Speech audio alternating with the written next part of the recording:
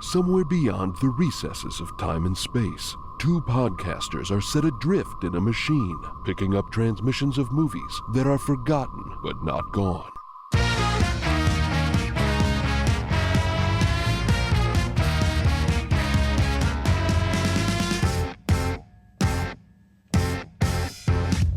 Welcome to Movie Memory Machine, the only podcast about forgotten movies that is back for Season 2, thanks to you, all of our listeners. Woo!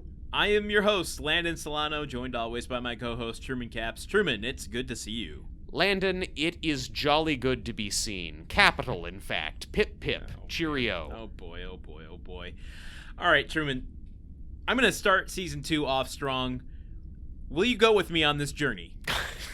I'm going to start Season 2 off strong by asking for consent. Thanks, Landon. I will go on this journey. What? We can all use a little more of that in our lives. A driver's license allows you to drive. Yes. With some regulations and limitations. Yes. A hunting license allows you to hunt. With some regulations and limitations. Sure. A medical license allows you to practice medicine. With some regulations and limitations. It also allows you to get into certain exclusive parties and closed costume shops if you're Tom Cruise and Eyes Wide Shut. What does a dramatic license allow you to do? I think a dramatic license allows you to, at a really kind of climactic moment, make everyone in your life stop so you can make a long speech. And I think okay. Kind of and I think it also entitles you to not a free orchestra to play dramatic music, but like a discount on violins, cellos, timpani, marimba. I could go on. Do they just follow you around? Yes, and the thing is, although you get a discount on their rate, you do have to pay for their travel expenses. So again, there are certain regulations on dramatic license. So make sure you get a chamber orchestra without an upstanding bass.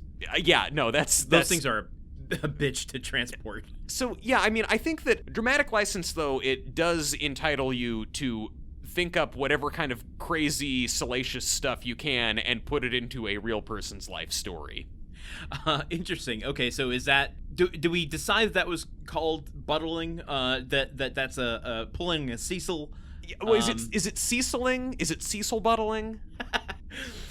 Deep dives into our Season 1 lore already on Season 2 with the first 10 minutes. We're starting first 5 strong. Minutes, for fuck's sake. We're establishing what this show is, and it is a densely nested series of references to other things we've done. New listeners, get out now.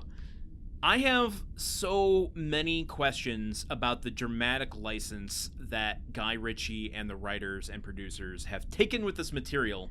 Yes. But I think before we do that, we have to give listeners a little bit of context for what the fuck we are covering today. I'm sorry I dropped the F-bomb so early into this. Truman, the machine has made us watch The Ministry of Ungentlemanly Warfare from 2024.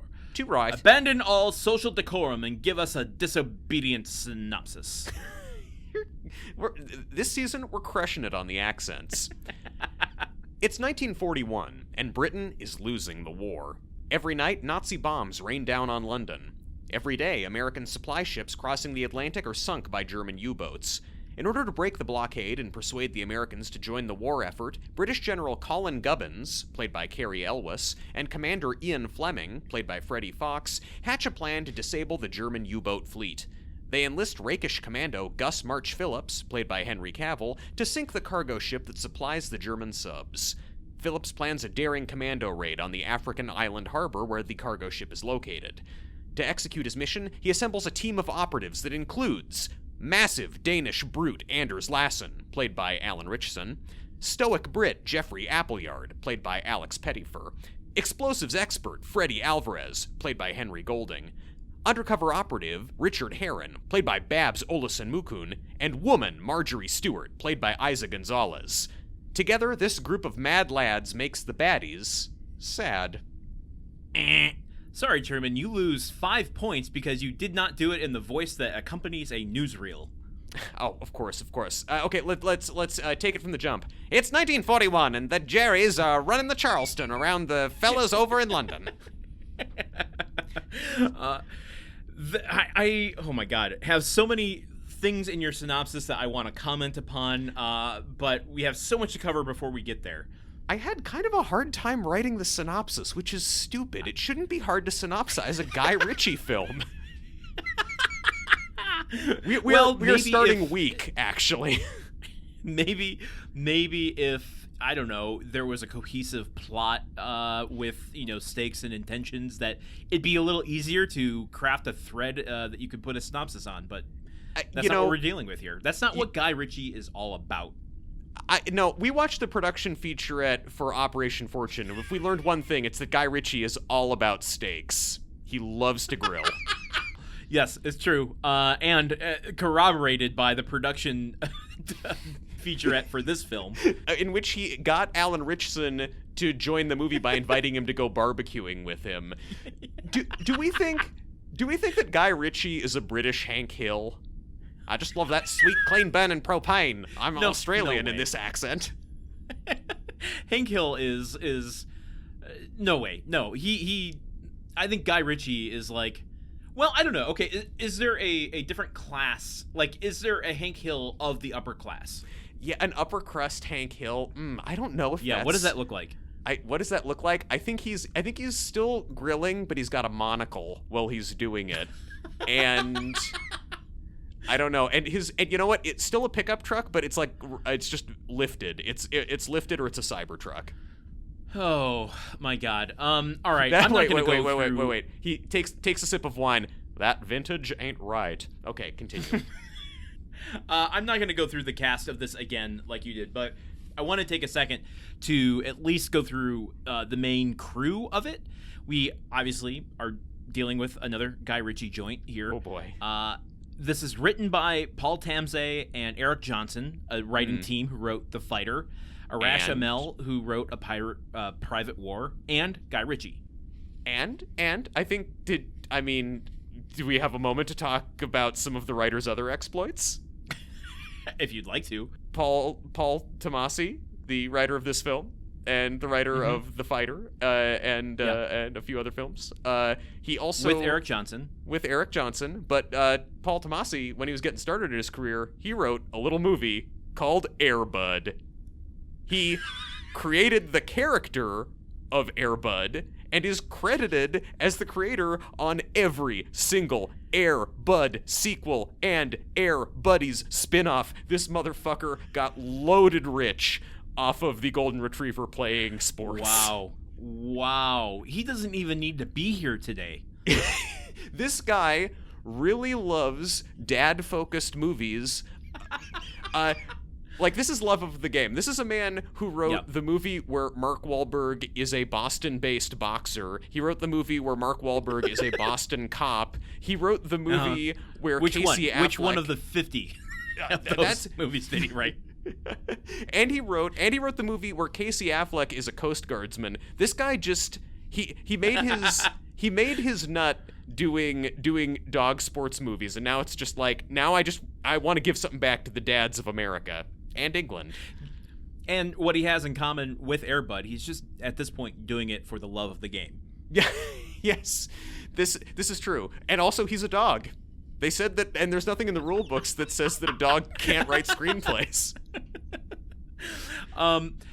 So I want to just call out in that this film has one creative difference behind the wheel than other Guy Ritchie movies. Okay. We've only covered one other Guy Ritchie movie before this, but it feels like more. There is a heavy there's a heavy gale force wind behind this film in the producer's chair, which is that of Jerry Bruckheimer. J. Brooks. Yeah. Cool. Well, that landed with a thud. Well, what? I mean, what do you want to say? Jerry Bruckheimer, the man's... I didn't know if you had a bigger thing you wanted to say about Jerry Bruckheimer. Well, no. I mean, Jerry Bruckheimer is a producer that is a name. And, there are very few... For how many producers there are in Hollywood, the ones that you know by name are seldom. So he has a very heavy creative hand on anything he's producing. And this is the guy who he was behind Independence Day. He was behind Godzilla. He was behind not the better Godzilla, like the one from the 90s with Matthew Broderick. Top Gun, Pirates of the Caribbean, like your bad basically boy. He shaped the 80s and 90s, popcorn cinema. Mm-hmm. Him and Don Simpson used to be producing partners before Don Simpson died. And now he's going solo, much like Alan Ritchson's character does at times in this movie. He's out there shooting bow and arrows at different projects. So you've got Paul Tomasi and you've got Jerry Bruckheimer working on a Guy Ritchie movie with only a single female in this movie. Is this the most Guy movie that's ever existed? Yeah, it's more than just one of the guys. I mean, I think, I honestly don't think so. I mean, honestly, I think Reservoir Dogs is the most Guy movie because there are no female speaking roles. The only woman in the movie says nothing and gets shot almost immediately. So, but this is close. Okay. This is in the running. It's up there. It's up there. It's up there. It's up there. But Reservoir Dogs wasn't directed by a guy named Guy. This is true. You can't fight that. Well, let's go into some specs about the Ministry of Ungentlemanly Warfare. This movie was released on April 19th, 2024. Almost 1 year ago to the day. Wow. Not really. I mean, who knows when you're listening 1 to year this. and 1 month, essentially. Yeah, it's been, but still, a movie recent enough that you may even have been familiar with this podcast about forgotten movies. Like, you were forgetting about this movie while you were thinking about other forgotten movies. Wild, huh? This was released in the United States by Lionsgate and overseas by Amazon MGM Studios. Do you want to guess how many theaters this saw in its opening weekend? Okay, so this isn't like a totally pure guess because I think I saw this during some of my research, but I also kind of forgot it. Is this a 2,500 situation? A little bit more. A little bit more. I'm undershooting. 2,700 theaters? Pretty close. Well, much like the German boat at the beginning of this movie, I can't quite hit the target, so... It is 2845. 2845. Okay, so I'm almost kind of surprised now when I see anything that's under 3,000. Like, they didn't believe in this movie enough to... I mean, they put Boys in the Boat in 3,000 plus. No, they put it in less than that. Remember, they put in Gretel and Hansel in 3,000 plus. They put Boys in the Boat in 2,100. Also, just because it's a World War II film, I'm going to forgive it, but otherwise, we're never going to mention that movie again. Okay, geez, wow, okay. New in Season 2, censorship, apparently. Okay, so it is then all the more wild that little weird horror indie movies such as Gretel and Hansel do 3,000, but a dad-ass movie like this is at 2,850. Yeah, and that is something I flagged last season that I want to look into is release schedules and what does it mean to release in 2,800 versus 3,000. I haven't done that research yet, and I'm going to this season. You're here first on episode 1. This season, we're also going to be doing a lot of procrastinating. You know what? If I do it by the last episode, I've still done it this season. Still counts. All right. This had an estimated $60 million budget with an additional approximately speculative $20 million marketing budget. That's a kind of small marketing budget, actually. Well, we talked a little bit about this before of the brackets of marketing budgets. It's like if it's over $100 million, it's usually about the same amount as the production budget. If it's under, then it's somewhere between 50% and 100% of the budget. And if it's under 30 million, then it's significantly lower. Okay, let me revise my comment. That's an impressively low budget given how much shit goes on in this movie, how much of it happens on the water, how many things were built by the production and then blown up by the production. We talked a little bit in Operation Fortune last season that they were shooting on like ancient grounds and blowing shit up, and that he's repeating it again here, and I'm like, should we be looking out? Should we like inform the UN about Guy Ritchie?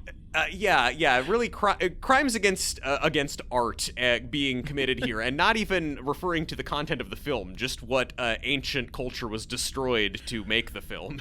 Truman, I hope you don't have allergies, because I'm gonna blow some dust off of something, and it's gonna have a lot of dust on it. But I want you to put your N95 on and just protect yourself.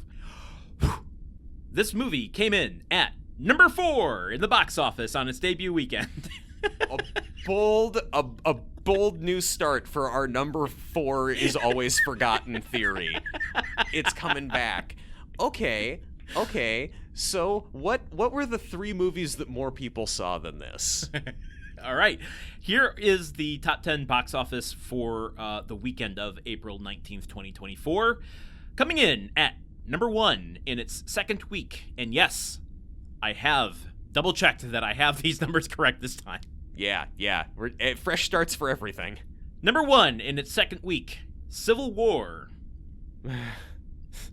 Cool. Okay. What if a movie was provocative without actually taking a stance on anything? What if a movie was like the dumbest Facebook post saying, "Hey, there's bad people on both sides"? Number 2 in the box office, maybe one of the most underrated films of last year. That's overstating it a bit. It's fun as hell. In its first week, Abigail. Abigail. Abigail. What if a bunch of robbers were locked in a house with a ballerina child vampire?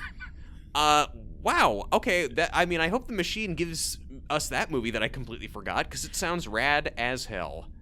I don't think it's forgotten by the horror community, at least not yet. I saw it. I loved it. It was up there in my top films of last year.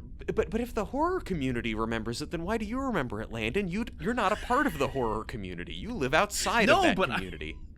Between seasons, I have polished the lenses on my binoculars that I look at the community from, overlooking the hill. Okay, great. Wonderful. So the hill truly does have eyes.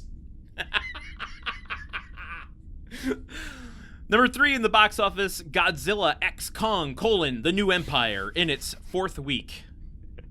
Yeah, that tracks. That makes sense. More people would go see a movie where a gorilla fights a lizard monster than a movie where men are ungentlemanly. Incorrect, sir. No. A gorilla teams up with a lizard to fight other giant gorillas. Okay, I'm sorry. Godzilla x Kong. It would be Godzilla versus Kong, is what you're saying. V Kong. Yes. V Kong. Correct. Okay. Godzilla v Kong, which established the Supreme Court precedent that it's actually okay to destroy New York if you become nice later. And then I'm just going to round out the top 5, just because I think this gives interesting context to where this is. So Godzilla v Kong, or X Kong, 4th week, and it beats this film. And coming in at number 5, right beneath this film, is Spy X Family Code: White, in its first week. That is an anime. Okay, so does this mean that the spies have teamed up with the Family Code? Right? I'm just trying to apply the knowledge. I don't... I gotta be honest, I don't fully understand the naming titles of a lot of anime and manga out there, so I'm not the person to ask on that. Okay. Well, listen, weebs, write in, explain what that movie is trying to convey, what that title is trying to convey about what happens in that movie. This movie was in theaters for 6 weeks, and of those 6 weeks, it spent 2 weeks. 2 weeks in the top 10.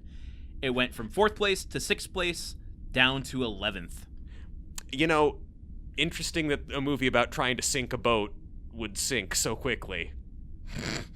On a roughly $80 million budget, including marketing, this grossed $20.5 million domestically, 9.1 internationally, for 29.7 total. The greatest British military disaster since Dunkirk. Holy shit! You're not fucking around with those burns. Oh, I'm sorry. Was the Dunkirk bit a little too harsh? No one died from this movie, near as I can tell. Okay, I have some information. I thought I would up my game a little bit this season, and like we talk about numbers all the time. Why don't we put these into context? You know, we climbed the mountain of speculative marketing budgets in season 1, right? Yes. Many people died on the ascent. We lost a couple Sherpas. What I'm curious about, Truman, is how much a director is worth to Hollywood. But you know what? Before I go into that, I guess I'm previewing my bit. Before we go into that, tell me a little bit about your experience with the Ministry of Ungentlemanly Warfare. Where was this on your radar? Did you know about it? Did you see it? Tell me everything. There's so little to tell. I mean, I definitely saw a poster or a banner ad, or like perhaps at a bar I looked in the direction of a TV during a commercial in a sporting event and saw part of this trailer and thought, oh, Guy Ritchie, still doing it, huh? But no, I was not aware of it. The only reason it was on my radar at all is because I have lately become somewhat more sensitive to forgettable films in the environment. What about you? Yeah, likewise, I think I was only aware of it because it was releasing essentially the same week that we were releasing Operation Fortune Ruse de Guerre. And it occurred to me, I had the thought at the time, I wonder if The Machine is going to throw us a Guy Ritchie movie as our first film for season 2. Yeah, I've been lately doing the thought experiment as I was completing my research for this episode and wondered if you just went up to a random person on the street, maybe try and select like a white guy based on the audience for his films, but ask them to name a Guy Ritchie movie that isn't Snatch and isn't Lock, Stock, and Two Smoking Barrels. I don't think they'd be able to do it. I would say every single one of them would say Aladdin. No, this is the thing. No one thinks about the fact that Guy Ritchie directed Aladdin, and in fact that Guy Ritchie's most financially successful movie was Aladdin. Yeah, yes. I think he has a uniquely forgettable secret sauce. And I can't wait to dig into it, because I having talked about ad infinitum Operation Fortune Ruse de Guerre, and now experiencing this film that comes directly after it, I guess Guy Ritchie's The Covenant comes between the two. But there is a lot of similarities plot-wise, and I think revealing what that formula might be. But speaking of formulas, speaking of butts, Truman, yes, I have put together a formula for season 2 here to help us understand a director's worth. Hell yes, we love formulas. Because I was wondering, how does Guy Ritchie continue to get directing opportunities? Yeah. He must be worth something to Hollywood, right? Mm-hmm. Yeah. Okay, so are you ready to go with me on another journey? You've already asked me once if I was ready to go with you, and that still counts. Double yes. Okay, great. Here's a formula that I've put together. I have found the budget, the production budget, the marketing budget, again, calculated on the rough, thing that we've talked about of the brackets of your production budget. Yeah. What the film made in its total gross worldwide box office, and come up with a profit. Okay. So a total profit for every single one of his movies. All right. I've added that profit together. Okay. And then I have subtracted the total amount of every single one of his movies' budgets from that profit in order to get what he's actually made Hollywood. Okay, just in terms of pure dollars and cents, what he has, how much cash he's generated for them. Yes. Now, Okay. Again, this is very rough because, something like Aladdin, there's a lot of ephemeral stuff of, like, perpetuating the brand of Disney and Aladdin and, like, keeping that merchandise, machine afloat that you can't really put a number on. This is just when it comes to butts and seats of his movies. Mm-hmm. Now, he has done, let's see here, 15 films I have on this list. Of Wow. 15 films, what do you think his total Hollywood profit is? I'm sorry. I am one of the hosts of a movie podcast, and I can only think of 5 Guy Ritchie movies.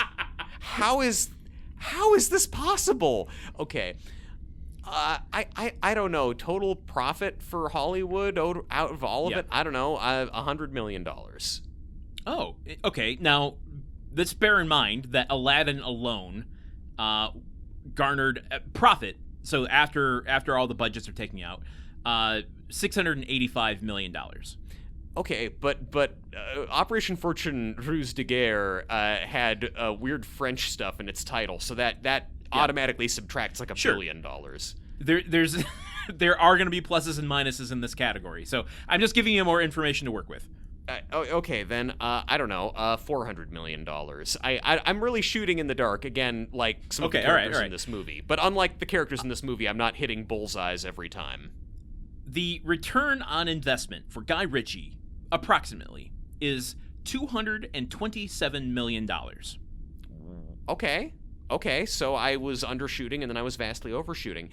So what you're saying is that even for the fact that most people can only name like 3 maybe of the 15 movies he's made, and most of them seem to have been fairly colossal critical and commercial flops, he's still worth like close to $250 million to the industry. Yes, but now, do we know if $227 million over a 15-movie career is worth it? Wow. What's the context we have for that? So I did a little bit more extrapolating of numbers, and I hope you're ready for some aggravation. Oh, I mean, I always come into this show with that preparedness. Now, I'm going to take a little bit more time on this in this episode because this is now a formula that we can use moving forward.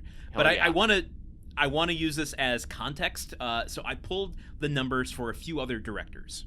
Mm-hmm. I was thinking, like, I was racking my brain, who is another director that is kind of similar to Guy Ritchie? Like, what's the biggest Venn diagram overlap in audience of a Guy Ritchie film to another director? And I came up with one. He likes feet, doesn't he? Oh, God, no. The reason I wasn't going to go in that was for my own sanity, but also because Tarantino doesn't do mainstream films for hire, where Guy Ritchie does. Yeah, okay. And the other thing, too, is I think Guy Ritchie, in his personal projects like Wrath of Man, is still trying to appeal to the same core audience to a degree as Sherlock Holmes. Yeah. Hey, listeners, if you're sitting here thinking, what the hell is Wrath of Man? I'm with you, too. I have no idea what Landon's talking about. A deeply personal Guy Ritchie project never surfaced for me. So here's the director I pulled. David Ayer. Mm-hmm. If you don't know him by name, here are some of the films he's done. Okay. The Netflix film Bright with Will Smith and Michael Pena. The Brad Pitt film Fury. The World War II tank movie. Yeah. Shoot that guy. Yeah. He did Street Kings and Harsh Times with Christian Bale as his first 2 movies. The kind of Training Day wake, the ripple effects of Training Day. Yeah. You have End of Watch with Jake Gyllenhaal. Are these all Max Landis scripts? Oh, I didn't go into writers. I don't know. That might be something worth doing this formula on writers as well. But his biggest one is probably Suicide Squad, the first one. Yeah. Oh, the first one that no one liked. Yes. Yeah. So, okay. That was just to give you context of who David Ayer is. Yeah. I think that... Oh, he also did The Beekeeper with Jason Statham. So there is direct overlap. Yeah, I know. Well, sooner or later, if you're making a certain kind of movie, you're going to get Jason Statham in that kind of movie. Yeah. So he has a total profit of $562 million on a budget of $477. This makes his ROI, the ROI of David Ayer, compared to Guy Ritchie, of $85.5 million. So Guy Ritchie is actually uncommonly successful Or, like, he's fairly successful relative to his contemporaries. Truman, I'm so glad you posed that question. Tell me why. I pulled 2 more directors. Okay. They don't have as much of a history, and you'll see why in a second, but are very well-known directors. Okay. I pulled the numbers for Greta Gerwig. Okay. She made a kind of popular movie lately, didn't she?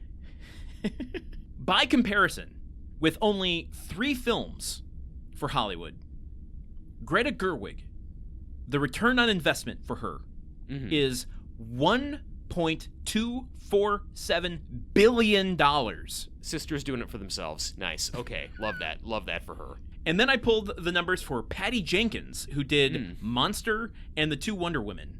Wait. Okay. Interesting. Okay, I think I'm starting to see where this conversation might be going, but please continue. With only 3 credits, and Wonder Woman 1984 being the only one that didn't make money, she still has a net worth or an ROI of $165 million. Oh, okay. Okay. All right. However, Patty Jenkins can't get a movie made because one superhero IP property that she has very little control over did not do well. Yeah. So what you're saying is Guy Ritchie just tries much harder than Patty Jenkins, right? Like he's just like a much better filmmaker. Like he has just more natural aptitude at making movies. I think that's what you're going for, right? Totally co-sign all of the interpretations you're bringing from this data. That's great. Well, hey, look, Patty Jenkins, we're all rooting for you. I hope you really find the fire in your belly that it takes to become a successful director again, as successful and talented as Guy Ritchie. Okay, that was a long tangent. Thank you for going on it with me. It all brings me around to a question of, like, how many opportunities should a director get to make a movie? Where is the line drawn between, like, your return on investment versus opportunity? It's starting to see numbers to the things we all suspect is really making me more uncomfortable with this industry than I was in the first place. Yeah. I mean, Guy Ritchie made a King Arthur movie? I'm sorry, I'm just looking at this now. What the fuck are these? I'm sorry. I'm sorry. It's sort of a situation like how in high school sports, like there's a slaughter rule where at some point if one of the teams is losing by like 70 points, like they stop the game just to kind of protect everybody's sanity. Like, does that apply for a director? He's got 2 movies that are coming out like in the next like year or 2, and another one and one this year. It's really interesting. I mean, but also I get, like, look, let's just taking for granted that the overwhelming majority of the people greenlighting money for movies are older men / a new crop of men in probably their late 40s, early 50s, people who were in college when Lock, Stock, and Two Smoking Barrels came out. I mean, it sort of makes sense. There's a generation of people writing the checks who are the exact demographic for the 2 most successful Guy Ritchie movies that came out and were very trendy and zeitgeisty for dudes who liked movies to watch and talk about and quote and base their personality around. So it sounds like you're saying there's a systemic problem with the patriarchy. Who said it was a problem? I think it's awesome. I think it's awesome that people who run movie studios who have a tendency to be really kind of aggressive and cruel to their assistants and shouty and yelly, that they really imprinted on a couple of movies in which men are shouty and aggressive and yelly and threatening to one another, and that's a cool and good thing. So anyway, we just really front-loaded the episode with a lot of social justice warrior nonsense that is really letting people know exactly what kind of show they're getting into for season 2. Look, we should talk about the movie, I think. Shall we? I mean, or we can just keep talking about numbers and making vague allusions to to the patriarchy. Let's talk about the movie. What do you got for me? I have sort of just an overarching unifying theory of Guy Ritchie. We've thought this man has cast a very long shadow over our show, even though we've only talked about 2 of his movies, counting today. But, I watched Lock, Stock, and Two Smoking Barrels. I mean, I'd seen it, obviously, before. I am a heterosexual white man. But I rewatched it ahead of this to try and, just get a glimpse into this guy and what his deal is. And what I've come to find out, and I think this can apply to pretty much every one of his movies, is that Guy Ritchie has one trick that he does in every movie. And every one of his movies is defined by the gap between when that trick gets old and when the movie ends. Okay, explain. So the trick is pretty much the same in every movie, which is that all of the people in the movie are a specific kind of cool devil-may-care attitude, a certain kind of cool, verbose, swaggering, self-confident guy. And that is expressed through them kind of effortlessly, casually delivering sing-songy, almost Cockney rhyming slang, put-downs and one-ups and commentary on everything that's going on.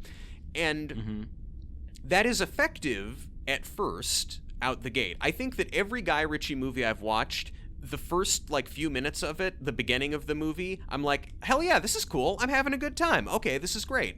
And then every Guy Ritchie movie, eventually I have a moment where I'm like, okay, you got anything else? Or is it just going to be another scene where a guy tells a guy he's going to cut his nuts off, but he does it in kind of a fancy, flowery way? And the answer is always, no, that's it. So with Lock, Stock, and Two Smoking Barrels, which I think is probably his best film, although, as we've established, there's apparently 10 of them that I haven't seen, that movie has the shortest gap between the bit getting old and the movie ending. For the first 80 minutes of Lock, Stock, and Two Smoking Barrels, I'm like, okay, I'm on board with what you're doing here. This is a fun little romp. It's kind of over the top. It's definitely camp for straight guys, but it's fun. And that gap has just gotten longer and longer with every other one of his movies. And I think that the longest gap of the ones that I've seen, the longest gap between the bit getting tiresome and the movie ending, Operation Fortune. About a minute and a half into that movie, I'm sick of it. Yeah. What I will say, to this movie's credit, I think that probably you get 25 to 30 minutes of actual enjoyment here, I would say. Through the whole thing, you mean? Out of the whole movie, out of the whole hour and 2 hour long movie. 30 minutes. 30 minutes I was having a ball. 25, 30 minutes, I wouldn't say a ball, but I was engaged enough. There were a couple moments where I was hooting and hollering, and there was one moment where I was honking like a goose, and I think that you should treasure every one of those, and we'll get into what those were. Yeah, well, okay, thank you for answering a question I had, which was, are characters who are completely unaffected by what they are doing interesting to watch? Or am I old? I didn't know if it was just a sentiment of, a new kind of storytelling or a new kind of character, this kind of fast-paced attention span sort of storytelling that is just made for people who are younger than me, or are they just not interesting to watch? I think by you bringing it up independently of me makes me feel not so old. Well, yeah, in that I agree with you that the movie is largely uninteresting. That the characters are uninteresting. If your character doesn't care about literally anything they're doing at any given time, why should I, as an audience member, give a shit what they're doing? Yeah, that's the kind of big theme of this movie, is that all of the commandos in this just are unbothered. I've had a more difficult time shopping for groceries than these guys have stealing a cargo ship from a harbor fortress full of Nazis. Yeah. We have experienced more conflict and stress trying to just get our video connection working to record an episode of the podcast than these guys do at any time during the multiple military raids they do in this movie. Oh my God, Truman. Okay, where do we start with this? I kind of, okay, here's where I think we need to go. Okay. To really set the let's bring listeners into the experience of watching The Ministry of Ungentlemanly Warfare. Pip, pip, stiff upper lip now. Push down those feelings. This is, and not in a kind of Fargo way, based on a true story. Sure, yes. And the based on is doing a lot of heavy lifting. We've seen based on do heavier lifting. Well, we've seen inspired by do heavy lifting. I don't know about that.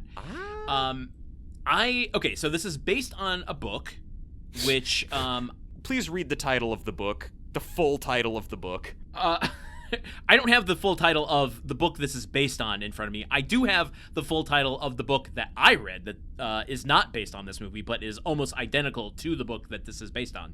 It's called Charlotte's Web. You'd never believe why.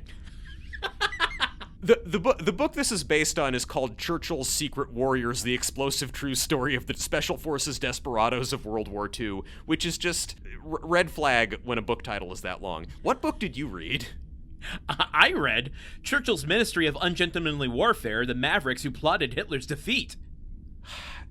Okay, listen. If you can't by Giles Milton. If you haven't got an editor reining you in on the title for your book, I'm really concerned about what's going to happen between the cover and the back page. You know what I mean? Yeah. Also, the book I read is the name of the movie, yet the movie is not based on this book, it's based on the other book. Do you think that the two writers who both wrote books about Operation Postmaster, the real Ungentlemanly Warfare thing, do you think they were like rivals? Were they like racing to get their book done first, and they were like both competing for the Guy Ritchie option? Yes, I do. 100% do, because the stories that this is based on were only redacted in 2016. So this is new information. Wow. From 2016, you have to get 2 books published, a screenplay written, and a movie produced in less than 10 years. Less than 8 years. Well, I mean, but who really cares about the screenplay? Because as we learned in the production featurette, Guy Ritchie and the actors made up most of the dialogue on the day that they filmed. I know. There was a moment where I'm like, oh, wait, did I start watching the Operation Fortune featurette again? I wonder what the writer of Air Bud thought about the fact that all of his dialogue had been stripped out and replaced with improvisations. Okay, so here's where I think we need to go with this, is I want to talk about the book, because I read it and need to just have some use for that in my life. And the adaptation of a based on true story coming out the way that it does. Yeah. These are real people who really lived in this real world in a real war, who really killed real people for real problems. Yeah. It was all real. We get it. And yet, this movie posits them as if they could encounter Tarzan at some moment. Like, it's that level of pulp campiness. This movie has a fucking spaghetti western score. Yeah. It's above ground swimming pool Ennio Morricone from the jump. I mean, it's Timo Tarantino for sure. This is Inglourious Bastards, light in a way. And you know how that makes me feel saying that. It's like Unglorious Bad Guys or something. You know what? I'm gonna call up Joe and Lauren and have them write the Asylum version of that. Hey, The Asylum, you know that Tarantino movie that came out like 15 years ago? I think it's about due for a mockbuster. Big money. Okay, I thought in the spirit of this movie creating pulp characters, spaghetti western characters out of real people and real events, we can maybe break down this plot, this story, this movie into 3 categories. Okay. The good, the bad, and the ugly. You know what you are, Landen? A real son of a bitch. But I love it. Let's go. So you've talked a little bit about 30 minutes of entertainment here. Bring me into that experience a little bit. Folks, you know what it's like falling in love. You know when you feel like the whole world is going to be great. I am 100% a stupid person. I am a dumb man. I come into every movie that we watch with an open mind and an open heart, and I keep getting tricked. So the movie starts out on a boat in the Atlantic Ocean. The boat is being raided by a Nazi boarding party, and there's two lads on the boat. There's this Henry Cavill looking dude played by Henry Cavill, and there's this and Jack Reacher. Yes, and there's Jack Reacher, Alan Ritchson. The big one. I've never watched. Okay, this is the first thing. Immediately I'm into it because I've never watched Jack Reacher. Everyone on Blue Sky is talking about Alan Ritchson and how much they love him, and I'm like, okay, yeah, whatever. He's a big dude. And then I see him in the movie, and I'm like, this is a big man. He is huge. He's a massive man. He has a different shaped body than mine. My mom loves the Reacher novels, and she didn't like the Tom Cruise movies because he was too like scrawny and short for the character. Yeah, but obviously. She's like, I watch the Reacher show, and he's just too big. He's just too big to play the character. No, I'm sorry. Landon's mom. Look, I did call Landon a son of a bitch earlier, and I feel bad about that. No, but Reacher's whole deal is he's big. The one thing I know, having not read the books, is he's a massive man, and you found the biggest man possible to have. But no, from minute one in this movie, looking at him, I'm like, okay, you know what? I have to watch the Reacher show, because not only is he huge, but he is the best performance in the movie, bar none, hands down. This guy rocks. The best performance in the production featurette by far, hands down. I am all in on Alan Ritchson.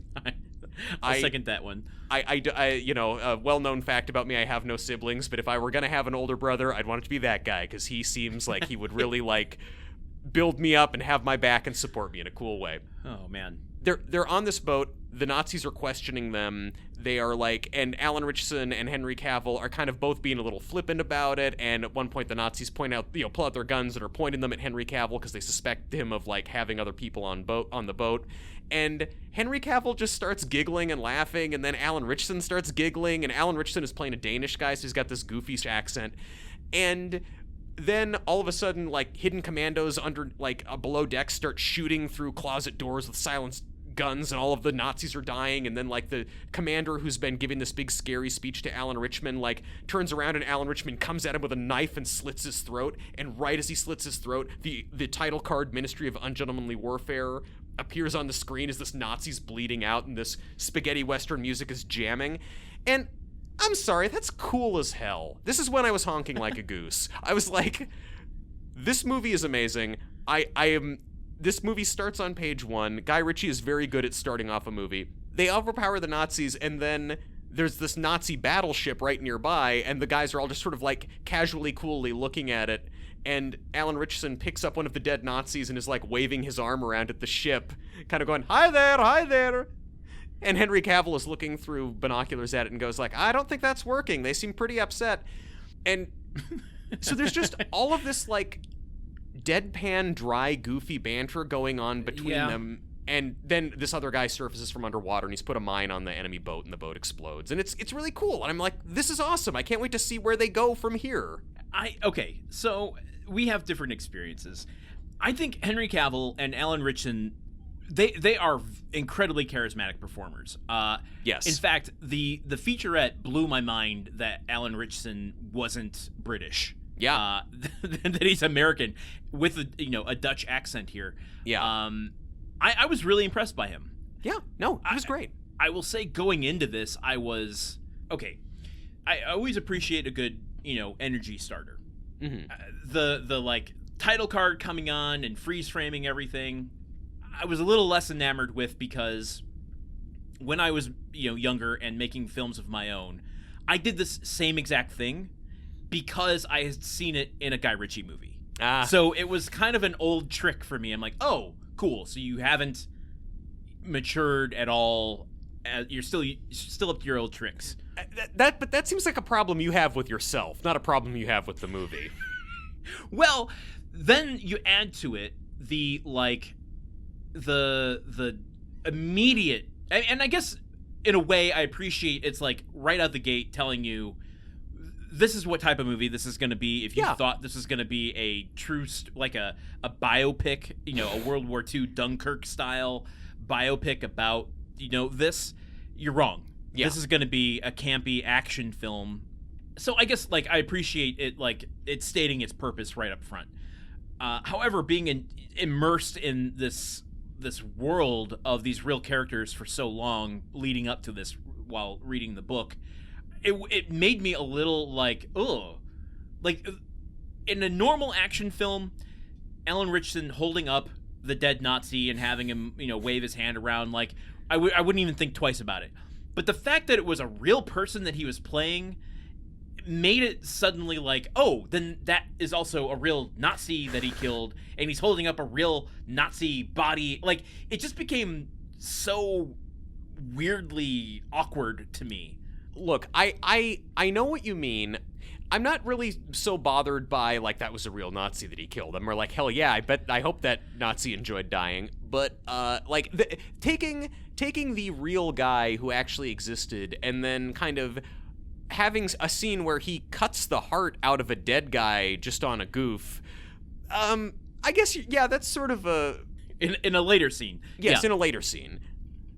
But by the end of this, by the time he's holding up the Nazi body, he has gone on a stabbing rampage on this boat that he is just skin tanned from blood when he's holding up the Nazi for the other ship to see. Yeah. And I'm like, oh, yeah, but that's a real person. I don't know. I don't want to be a Debbie Downer about it all, but it just kind of I'm like, I don't know where I stand with this.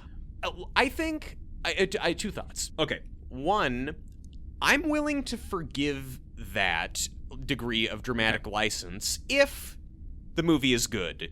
So, spoiler alert, this movie does not get away with it in my book.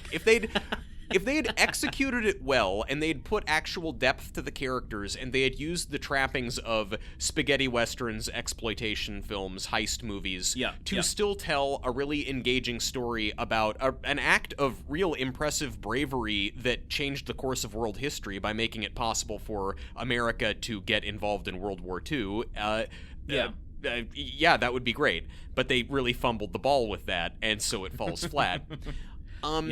The other thing, this doesn't necessarily, I guess, excuse some of the liberties they're taking, but I'm trying to put myself in the shoes of these, British soldier war hero types. If you told them at the time, they're going to make a movie about you one day, and in it, you're going to be depicted as invincible, cold-blooded killing machines who make wisecracks and are all super handsome and sexy, I don't know. I would almost sort of think they'd be like, yeah, okay. Oh, yeah, tell them that we killed more Nazis than we actually killed and more...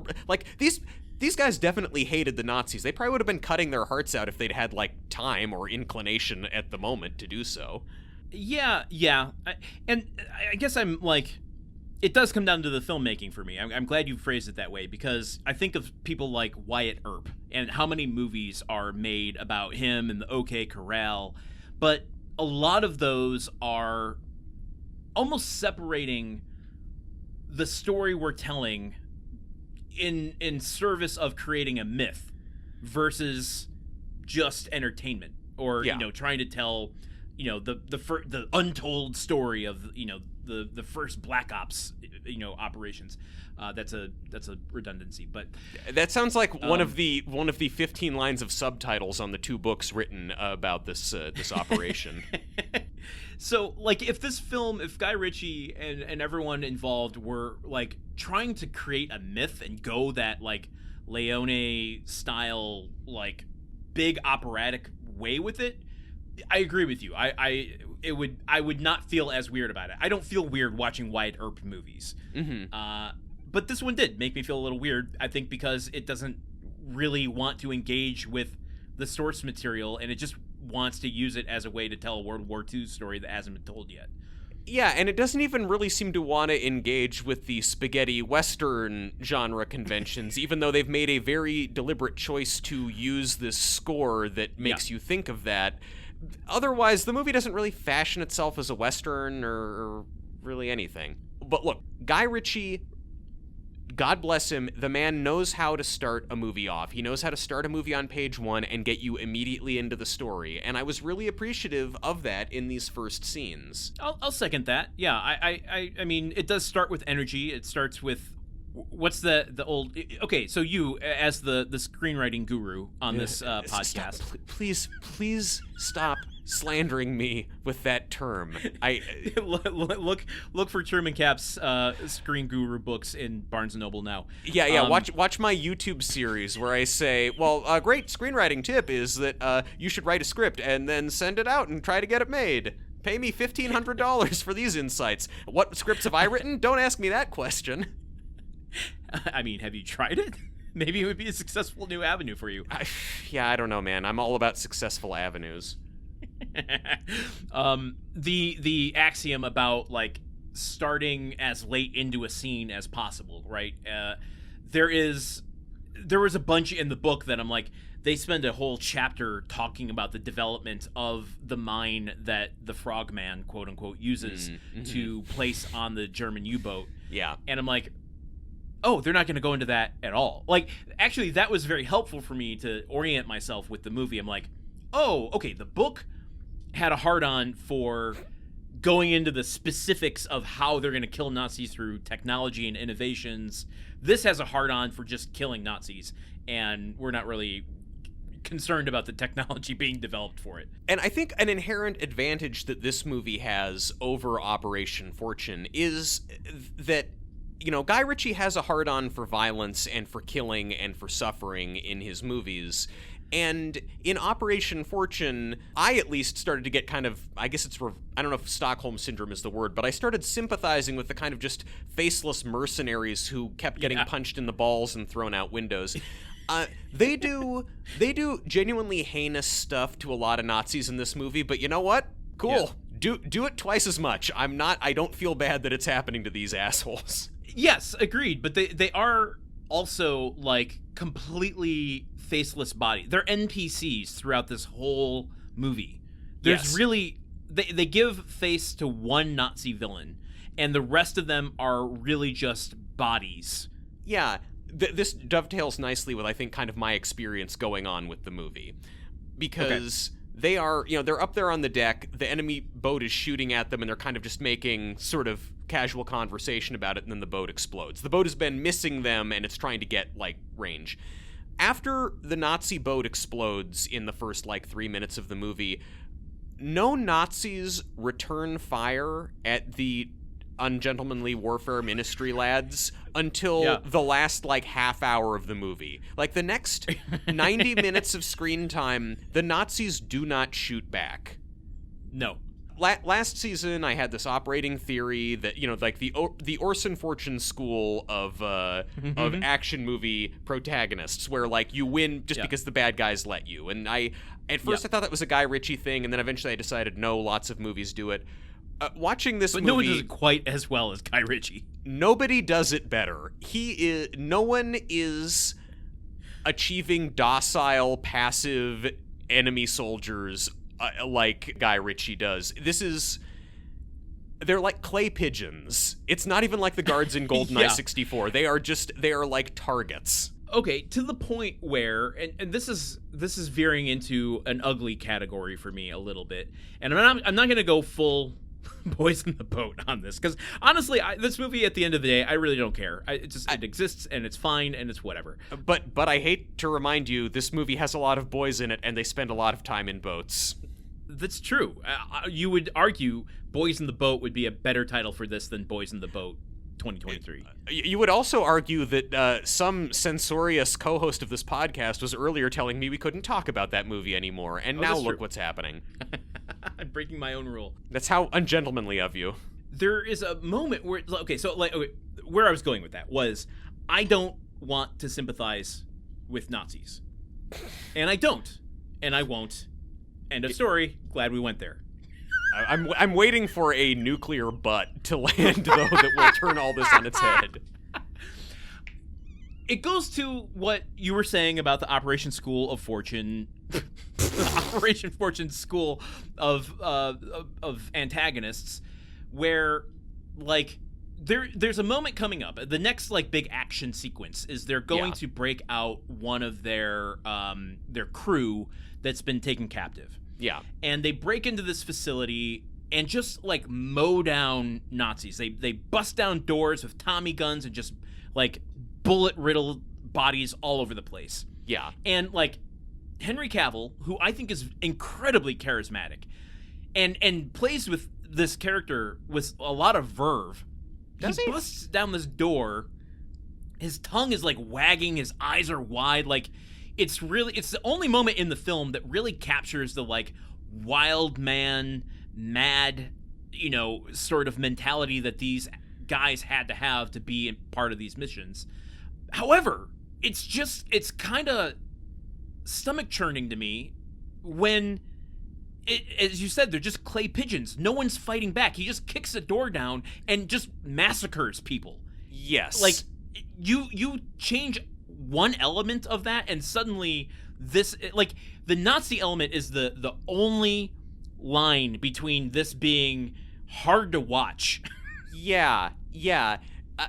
No, in some regards, it does have a mass shooting vibe to it. When they kick in the door to that control room, the Nazis are wearing headphones and looking away from them, like they're all like operating. These are radio operators. These are non-combatants. Again, they're members of the Nazi Party, so you don't gotta hand it to them. No sympathy for them at all. But they machine gun them. There's no like we're gonna tie them up, and they do it, and they're grinning and like joking and trading wisecracks as they do it. Yes. So it's not only not exciting to watch, and there's so much of this movie. So much of this movie is Henry Cavill and a couple other dudes walking briskly along with silenced submachine guns, spotting Nazis at a distance who are not aware of them being there, and just shooting them like bow, bow, bow, and just saying, "Oh, nice shot. Oh, good one." And just like not breaking stride even while they do it. And I hate to be the entertainment police on this show, and I know I am. That's my role. I'm old, guys. Listen, I understand this. I have a sense of self-awareness about it. But, like, what is this communicating to me in terms of, like, that I should be taking away of being entertained? Is it that is it playing... Okay, this is my big question. This is my unifying theory about Guy Ritchie. Okay. He just wants to eat steak and play Call of Duty. And when he can't do that, he makes a movie where he grills a bunch of steaks for other people and then emulates playing Call of Duty with real combatants. Yeah, and here he's playing Battlefield 1942, so it shows his range. Yeah. There's a lot of stuff in this movie that sort of gives, like, Guy Ritchie is giving a window into his soul in a way that he doesn't, I think, fully realize what stuff he's showing about himself. Like, especially viewing this in concert with Operation Fortune.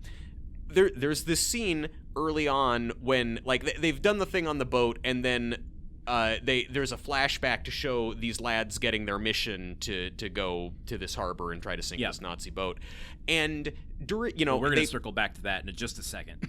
So they bring in Henry Cavill to give him this mission. It's Cary Elwes reprising his role as the guy who gives the main character the mission. Yep. With a very specific twist in this, but again, I'll earmark that and come back to it in a second. Okay, but they bring Henry Cavill in, and they say, help yourself to some tea, and there's this refreshments table that also has a bunch of expensive liquor and a whole bunch of cigars on it. And Henry Cavill instead helps himself to a healthy tumbler full of the brown liquor, and he starts filling his pockets with cigars. He steals a cigarette lighter from one of the guys, and then he basically asks Cary Elwes for his coat because he has a really nice coat and he wants it. This is the Operation Fortune realm of putting all the expensive wine on the government's tab. Yes, exactly. He then walks out the front door. He has accepted the mission. He has looted the entire room like the protagonist in a Bethesda RPG, and then he walks out the front door, and there's this kind of like shot of him stepping out of the building, lighting up one of the cigars. There are two guards standing outside. He reaches into his pocket, pulls out one of the pocket full of cigars, offers it to one of the guards. The guard looks at the other guard to see if it's okay. The other guard nods. The guard reaches for the cigar. Then Henry Cavill pulls the cigar away and walks off laughing. This is like one of the first things we've seen him do in the movie. Yeah. So just that Guy Ritchie thought, hey, this is the point in the script where I need to show what my protagonist's all about, show the audience why they like him. He thinks that this sort of behavior is endearing and that people are going to like it. And that kind of says a lot in a way that makes me a little uncomfortable. I'm going to add a layer of depth to this. And I granted it's all speculating. But okay. What do you think the chances are that those cigars, that liquor, all of the stuff there that he's taking are authentic? Like, those are real Cuban cigars. That is real $500 whiskey that Guy Ritchie argued needed to be in the budget in order for it to be authentic. And so it's actually Guy Ritchie doing a double finger to Hollywood by not only taking it from Hollywood, but then showing his character taking it from the proxy of Hollywood in the movie.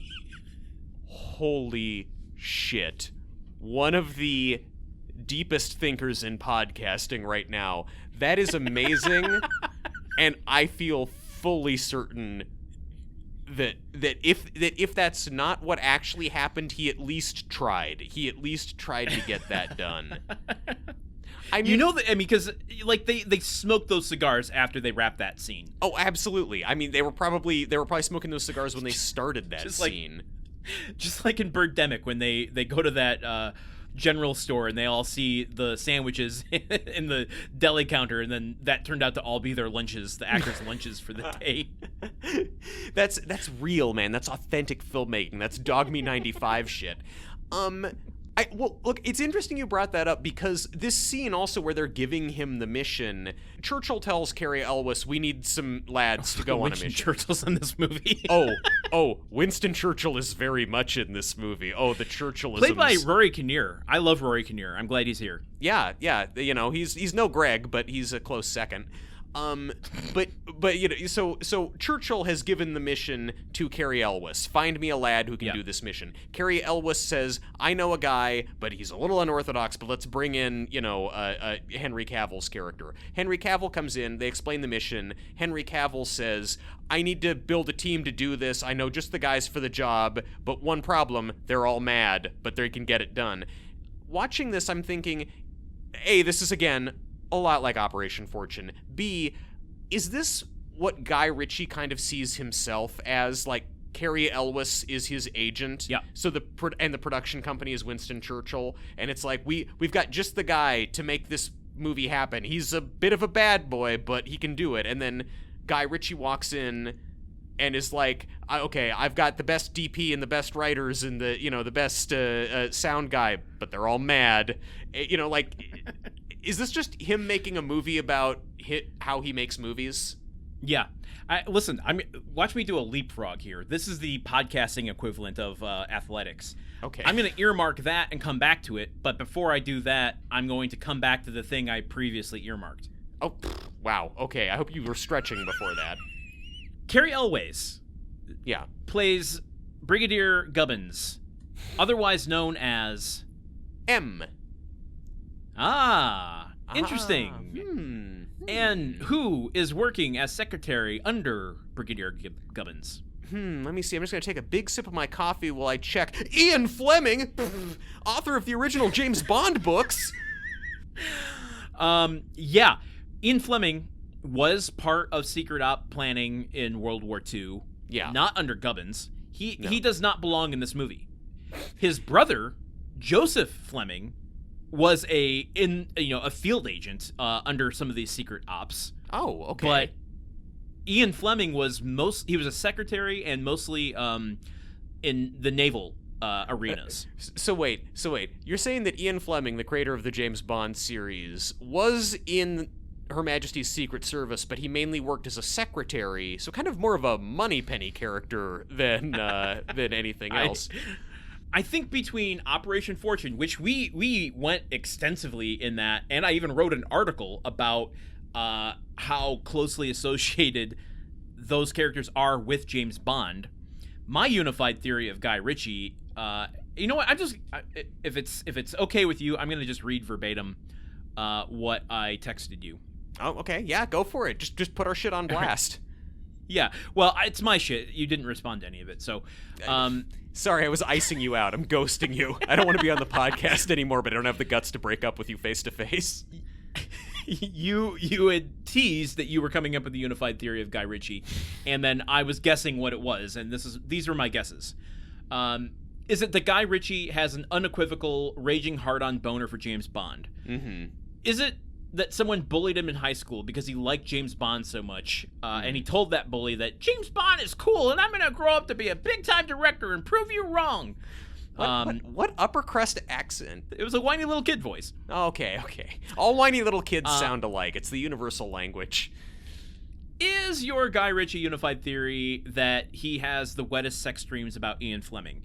Mm-hmm. Is your unified Guy Ritchie theory that he will literally destroy his career making audition tapes to direct a James Bond movie? Mm-hmm. Or is it that Guy Ritchie also sees the prestigious product tie-ins that come with the James Bond franchise and daydreams about high-end elite grills that he can get from the production? Look, I really think that a James Bond production probably would greenlight you buying actual Dom Perignon and Cuban cigars, and especially now that Jeff Bezos is in charge of the James Bond franchise, yeah, he'll write checks for that. And I'm going to tell you, Truman, it's obvious that he wants to direct a James Bond movie. There's no question about it. He's putting Ian Fleming in his movie where Ian Fleming doesn't belong. Yes. This movie was released by MGM Studios, Amazon MGM Studios overseas. He's a British director. MGM now owns James Bond and is producing the next franchise of Bond films. You know his name is being bandied about for the next James Bond film. You know his name is probably the name at this point. Like, now that it's an Amazon property, now that he has generated a total of like $200-some million, even on top of all of his flops, and he clearly wants to do it and has a built-in... Like, he has enough of a built-in fan base that some of his movies are titled Guy Ritchie's blank. So, yeah, I mean, it seems very likely that that's going to happen for him. How do we feel about that? Well, I don't know, man. I haven't seen the last few James Bond movies, and I'm kind of ashamed of myself that I ever really was as obsessed with them as I was. It's a very like 10-year-old boy thing. I don't know. Like, every time I go back and watch one of the ones that I used to watch all the time, I'm like, oh, gross. Is that in me now? Am I that? Is that what I thought? Like, I really like the Daniel Craig series of Bond films. Yeah. I mean, they're not all stellar, but I appreciate the kind of more serious approach they took to the Roger Moore, cartooniness of it. Yeah. This movie and Operation Fortune both have the vibe of a Roger Moore Bond movie, in which Roger Moore is never concerned. He's being, attacked by alligators in a Louisiana swamp, and he is not sweating. He is easily getting away. His suit doesn't even get muddy. He's driving a speedboat and looks like he's about to fall asleep with how bored he is. Because none of the characters in this seem especially invested in what they're doing. I have one thing. If we're talking about Ian Fleming being in this movie when he didn't have anything to do with this historical operation, yes. I don't get why they forcefully added Ian Fleming to this movie when he's not even a historical part of it, because at the beginning of the film, he introduces himself, Fleming, Ian Fleming, ha ha ha ha, and he refers to Carrie Elwes as M, and so it's like all the dorks in the audience are like, oh, this inspired the James Bond movies, guys. The events of this film are going to hint at how he got invested in super spies and clandestine operations. I'm gonna do the whole podcast in this voice now. Is that just Guy Ritchie in his own movie trying to like spur the audience on? Yeah, He grew up from that whiny little brat that I just gave him a voice of to like the puberty version that you just gave him. He went to every one of the 2,845 theaters and sat in the back row and was doing that. That's why they couldn't do a wider release, because Guy Ritchie couldn't accommodate that for his schedule. But so they go to the lengths of planting this. Ian Fleming is running the operation. There's this handsome, dashing super spy who he's watching do all this stuff. But then it's like that never really comes back, for one thing. Like, there's never any... none of the characters are developed in any way in this movie, but like we barely see Ian Fleming. We get no indication that he's a creative person or he's interested in writing, or that watching Henry Cavill's character is inspiring him in any way.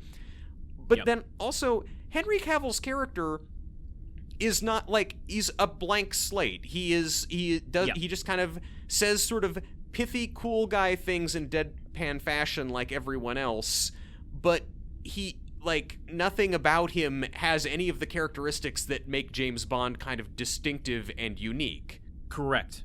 Now, watch me nail the landing on that leapfrog earmark that I did earlier. Ready? Oh, okay, I'm ready to give it my score, yeah. Okay. Ow! Fuck, I just fucked up my ankle. Ow, at 1, and that's a 0.5 from the Czechoslovakian judge, and and the British judge, negative score, because it turns out he's a Guy Ritchie fan. Oh no. The first operation that they go on to rescue a key player in their plan to get these U-boats. Yeah. Is being held captive, and we've already walked through them massacring the village of Nazis to get there. The guy in question is played by Alex Pettyfer, and he is handcuffed to a steel cage. Mm-hmm. One might call it a jail. Yeah, some would, but it sounds much better in its original German. And he has battery clamps attached to his nipples, and there's blood on his shirt. Yep. And there's a whole card at the end of this movie saying that he was held captive and didn't give up a single word to his captors about anything that he was involved with.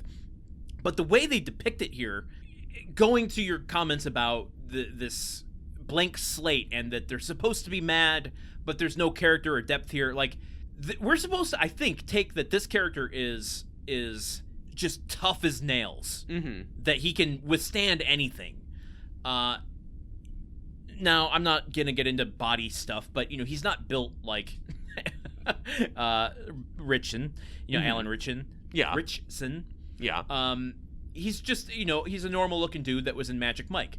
Much better looking than I will ever be. Mm-hmm. However, he's just he's hanging from the jail with the things on his nipples, not toughing it out at all. He's not I'm gonna survive this, I'm gonna get through this. Not he looks like he's just kind of waiting for his laundry to be done. He has no reaction to it whatsoever. He doesn't seem tough. He just seems bored. Oh god, my hands are going a little numb up here. Mm-hmm. Mm-hmm. Meanwhile, Alan Ritchson is just this is the scene where he literally cuts the heart out of a Nazi in front of this guy who's attached to the jail cell. Mm-hmm. And he, again, watching a Nazi heart get torn out, I get it's Nazis and we're doing ultra-violence to them. At least show me the mad side of these characters to go, let me see his bloodlust. At least let me see that. But no, he's just completely unaffected by watching this heart get cut out. Yeah, I'm not saying that it's bad to cut a Nazi's heart out in a movie, but I kind of there should be a point to it. It should affect the characters, or we should be seeing that the characters feel something about it. They enjoy doing it because war turns us all into savages, and we hate the Nazis this much, and this is what we've been brought to. Or they are wrestling with the fact that they had to do that, and they don't feel good about it. All of the characters have this disaffected sense throughout the movie, and I feel like kind of what Guy Ritchie's trying to do with it is a love letter to the British keep calm and carry on, stiff upper lip mentality that became a part of their national culture and branding during World War II. And in the first scene where they're on the boat and all the cool stuff is happening and I'm honking like a goose, I'm like, great, awesome. These guys are total, like, these level 1 enemies that they're fighting at the beginning of the movie, they dispatch them with ease. They're bored by the process. It's nothing. But then this will be a challenging mission. We'll watch these guys break down. But no, this is just how they react to everything. Is like, doesn't really matter. Just a bit of pudding. Hey, what? And it's... So you lose your ability to engage with the movie or what's happening, because it really is just like watching a Twitch streamer play a video game, but even the Twitch streamer isn't saying anything or doing anything interesting. They're just massacring a lot of people. They're not even like a good gamer. They're just like someone who plays the game. Yeah, I don't know. I mean, I feel like these gamers are good. They're not. Their KD ratio is insane. They're barely even getting hit. True. Late in the movie, one Nazi shoots one of the lads in the shoulder. It like grazes his shoulder. And although I am not on the Nazi's side, I was also like very happy for that Nazi in that moment. Like, oh, good, one of you finally gave some semblance of conflict to this movie. You finally knocked the boys slightly off balance. I can't believe you sided with a Nazi on this show, Truman. You're right. I'm sorry. I'm going to tender my resignation. This is how I'm going to break up with the podcast. You're right, though. Like, that stiff upper lip thing, that should work for a character like Gubbins, like Carrie Elway's. Yes. That is the stiff upper lip character. Yes. These guys are chosen because they have a bloodlust death wish. How many more 70s exploitation titles can I fit into the sentence? They are mad. They're crazy. And it put me in mind of like, oh, you know what? I want to see a fictional movie where what would you do if you got a bunch of serial killers together to give me the Suicide Squad of serial killers being forced to work for the Allies in World War II. Okay, this may take us a little far afield. It's been on my mind. The official lore for the character Herman Munster from the popular TV series The Munsters is, he was like reanimated, this Frankenstein-type man somewhere in Europe in like the 1860s. Basically, during World War II, he enlisted in the U.S. Army. There's a whole Munsters episode where he's going to an army reunion without his old army buddies, or with his old army buddies. And there's even, like, some line about how, like, oh boy, yeah, all the Germans saw me coming in this uniform and they turned and ran. And it's like, why did fucking Rob Zombie, director of The Devil's Rejects, not make a Munsters prequel about Herman Munster in World War II just, like, strangling German soldiers with their own entrails and, like, shrugging off 1,000 MG-42 rounds? This is going to go on even yet another tangent. Do you think Herman Munster was pet cemeteried? Because Fred Gwynn is in both. I mean, as it came out of my mouth, I realized, oh my God, you're veering into weird fan theory territory. Look, and again, you say you're outside the horror community. Look, there's nothing in the rule book that says you can't pet cemetery Herman Munster. Yes, we are told explicitly by the main character that all of his subordinates are mad, that these are completely insane guys, and this is ungentlemanly warfare that they're engaging in. Yeah. And other than the fact that everyone they shoot does not seem to be aware that they are taking part in a war, or even that they are a combatant, nothing they're doing reads as mad. I guess they are cutting out hearts and stuff. They cut out one heart, but it feels almost normal by the standards of an action movie, because nothing about the way these guys behave is unique or mad or anything like that. The fact that Don Cheadle seems more mad in the Ocean's films than any of the other crew of the Ministry of Ungentlemanly Warfare speaks volumes about the satisfying levels of madness we get from these characters. I just would say that I think Alan Ritchson remains the most interesting character. He uses a bow and arrow. That's unusual for World War II. It's also stupid. It's stupid. It to is use stupid. A bow and I'm not arrow saying that when you're fighting unusual. guns. Like, it's one thing when they're infiltrating the base and he's using the bow and arrow. It's you want to be quiet, whatever. At the end of the movie, they're fighting in the narrow corridors of a Nazi ship, and he's bringing the bow and arrow down there, and it's like, that is impractical, Alan Ritchson. You'd be better off just punching guys. That does not make any sense. He does punch a couple guys with the arrow. Which is that's dope. Then why have the bow? Then if you want to punch guys with an arrow, okay, it's fine. Look, Alan Ritchson though, his performance, he is kind of always giggling and grinning and laughing in his character. He is at times playing his character as sort of gay, but in a playful and flirtatious way that doesn't like engage in cheap stereotypes. Like he is the one person in this who's kind of cracking a smile or showing some hint that A, he seems to be kind of deranged, but also that B, he's just feels something about what he's doing. And yeah. So that's being entirely brought by Alan Ritchson. I mean, Yeah. that is not, I don't think, written into the movie at all. I'm going to call an audible here, Truman. Okay. And I think we need to, so that we ourselves don't fall under the ugly category of how we're, we've abandoned categorizing this episode. We need to talk about Marjorie and Heron. Okay. We don't want to do to the only actress in this film what the actual movie does to her. Let's absolutely do that. I have a lot to say. Where do you want to start? I want to start maybe with just a historical thing that, Yes. Again, in a movie made with dramatic license, where you have only one female character in it, Yeah. it seems like a choice to have that character be, and I realize this happens all the time, but they are collapsing multiple female characters into one role here. Yeah.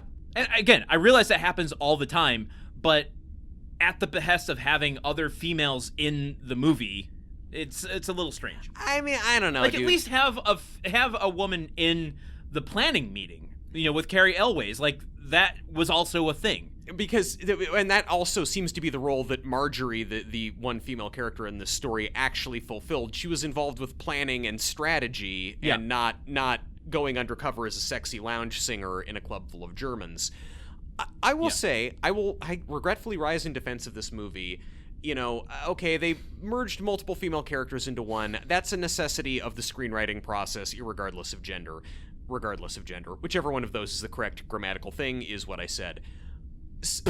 But then also, it's when you're making a World War II movie, it's like, well, kind of by default gonna be mostly guys doing stuff. I'm sorry, yeah, you can do a movie about the Women's Auxiliary Corps or something like that, or you can do, like, there were lots of women who served, but I'm saying if you're making a combat operations special forces war movie, it was mostly men doing that work. So I don't think that we really, can get on the movie's case for not finding weird plot contrivances to fit a bunch of additional women in the movie for the purposes of the Bechdel test. I'm just trying to see how much I can make you squirm without saying a word. I mean, I understand to a degree. At the same time, this is the most interesting part of the movie. Oh, yeah. And, if you're gonna just fictionalize this thing anyway, why not, make this the heart of the movie? The heart has been cut out of the movie, and we felt nothing true. watching it happen. Yeah. My nipples are still sore. I think, yes, we talked about Henry Cavill and Alan Ritchson, who are incredibly charismatic, but their characters are written one-dimensionally, and there's just nothing there. Yeah. They obviously sexualize Marjorie's character here, and they justify it by it being part of the plan to seduce the Nazi, and whatever. I'm not gonna take that to task too much. People in movies are sexy. This is just what it is. There's just sexy people in movies. That's always been the case with movies. It's true. I just don't see Henry Cavill taking off his shirt to seduce any Nazis. You know what? You're right, and I am actually upset about that. Not on any sort of equity level, but just I want to see that. And also, Mr. Ritchson, come on, let's just do it. You spent the money on those muscles. Let's see them. Anyway, regardless, I find her arc with Heron to be those two characters to be the most interesting. And maybe it's because they actually are in peril. Like, Yes. they're at risk of being found out at times, and like there's built-in suspense to that, and they actually have something to play off of. Maybe that's why it works so much better than anything else in the film for me. Marjorie and Richard Herron are undercover on the Nazi island, and they're waiting most of the movie, like they're doing kind of undercover operations. They're posing as like merchants or like gold dealers or something, and they have some business with the Nazi commandant who's a psychopath, and they're waiting while the lads are on a boat making their way to them to do the operation. But yeah, like their scenes are more interesting simply because they are not in a situation where they can solve every problem by mowing down unsuspecting Nazis. They actually have to use guile and kind of secret agent tricks to do stuff. Yeah, and it's Isa and Babs are just, to me, incredible actors, bringing a lot to it. But like they have something to pair their charisma and their performance with. You know, there's something more on the page. And I like watching them. There's more going on to like the inner calculations of any given moment in a scene that they're in. And what I think too that deepens it is like we not only see them in those moments, but we see them outside, seeing, interacting with allies and like getting to cut loose a little bit. They get the fuller spectrum of being able to perform in this movie than anyone else. Yeah. And Isa Gonzalez is the one character in the movie who at any point appears to be slightly fearing for her life or like slightly concerned or scared about things. And her background, or her character's background at least, is that she's, an actress who is enlisted with the military and has Jewish background as well, and is there on this island to kind of, I don't know if it's necessarily to seduce the Nazi commander, but at least to like entice him to go to this big party that Babs is throwing at his club, where they're going to have them all distracted while the operation goes on. And as she's like getting close to him, and they have these scenes together where she and the Nazi commander are like talking back and forth in weird sing-songy, rhymey riddles, which is such a thing. Guy Ritchie's obsession with Cockney rhyming slang and affiliated like sing-songy dialogue. It's strange. It appears in all of his movies. It's Cary Elwes in Operation Fortune saying that Bugsy Malone's character is into rapping and slapping. But so through her process of like a lot of her arc in this movie is her like kind of play this, getting in with this guy, going undercover with this Nazi, but also being aware that he likes to torture people and he's a sadist. And she's kind of scared about that, and it's like, well, okay, there's something I can identify with and hold on to. Also, worth mentioning that she is Jewish and is playing someone who's pretending to not be Jewish in order to sympathize with the Nazi and get him closer to her objective. Yeah. I don't know. It plays a little bit into the Inglourious Basterds thing, but I don't know. I really wish that this was the story we were telling, and that all of the periphery boat stuff, getting the crew together to blow up, generators, like that should all be the stuff that's supporting this actual espionage story that's going on. Yes. The espionage story is it is theoretically the more interesting one, and it's the fact that it's not more interesting is because it's not given enough space and the movie just isn't good enough with it. But I mean, also, again, Isa Gonzalez's character, Marjorie, I mean, if we make the entire story about her going undercover and singing at the nightclub and the costume party they throw for the Nazi officers and everything, I mean, at that point, though, then you're kind of just making a full-on fictional movie. It's not based on a true story. Like, Marjorie... Truman, you found out my secret mission. Is to engage in something called fiction as opposed to fiction disguised as truth. Between The Butler and Boys on the Boat and this movie, I don't know where we stand with how to realize real stories on the screen anymore. There doesn't seem to be any rules. Yeah, I don't know. We've just never seen one that's made us happy, at least not yet. Unless the Mexican is based on a true story. So speaking about Isa Gonzalez's character, Marjorie, and kind of like she's she and the commander of the Nazis on this island, they've built this relationship. She's kind of seducing him and enticing him. He doesn't want to go to this party that they're throwing at the nightclub, but she, gets him to come. She dresses as Cleopatra, he dresses as Caesar. And they've had this whole back and forth throughout the movie, which is kind of like riddles and kind of like joking with each other. There's like one bit where he asks her what she thinks of the Jews, and she says, actually, I am Jewish and whatever, and the Jews have been hunted and persecuted for thousands of years, and it's made them resilient. And then she stares at him for a few seconds, then laughs and says, no, they're all scheming rats, or something like that.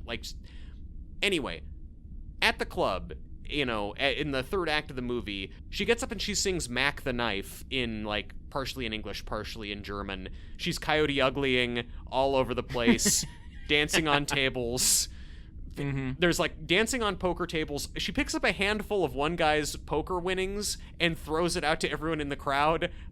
Ma'am, I'm sorry. I know you're one of the good guys and these are Nazis, but that is antisocial behavior. Don't do that. Maybe he didn't know there was going to be live music tonight. Maybe he just wanted to play cards. But she's doing this whole song, and then at one point in the song, she sings a few words in German, and she sings 2 words in Yiddish. And we zoom in on the commandant, and he turns over to his a subordinate. It's those 2 words were in Yiddish. She's secretly a Jew, or something like that. Yeah. This is the Inglourious Bastards scene in the underground cellar where he holds up the 3 fingers. Yeah, exactly. Again, this above ground swimming pool in Inglourious Bastards.